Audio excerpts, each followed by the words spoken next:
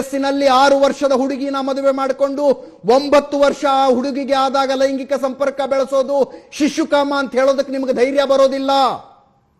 ನಿಮಗೆ ಧೈರ್ಯ ಬರೋದಿಲ್ಲ ಮಹೇಶ್ ಚಂದ್ರ ಗುರುಗಳೇ. ಯಾಕಂದ್ರೆ ಅಪಾಯದ ಅರಿವಿದೆ ನಿಮಗೆ ಅಪಾಯದ ಅರಿವಿದೆ. ಯಾರನ್ನ ಪ್ರಶ್ನೆ ಮಾಡೋದ್ರಿಂದ, ಯಾರನ್ನ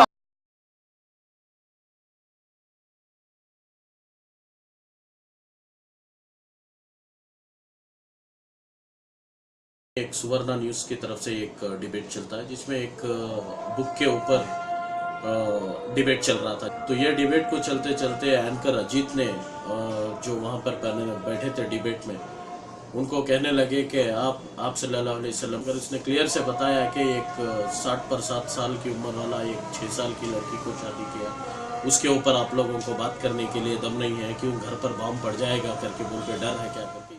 अनवांटेडली मुसलमानों के ऊपर, और वो भी सरकार दो आलम सल्लल्लाहु अलैहि वसल्लम के ऊपर तनकीद करना ये सरासर गलत है। और इसके अलावा आए दिन हमने देखा है कि मीडिया में अक्सर मुसलमानों को किसी न किसी एतबार से बदनाम किया जा रहा है।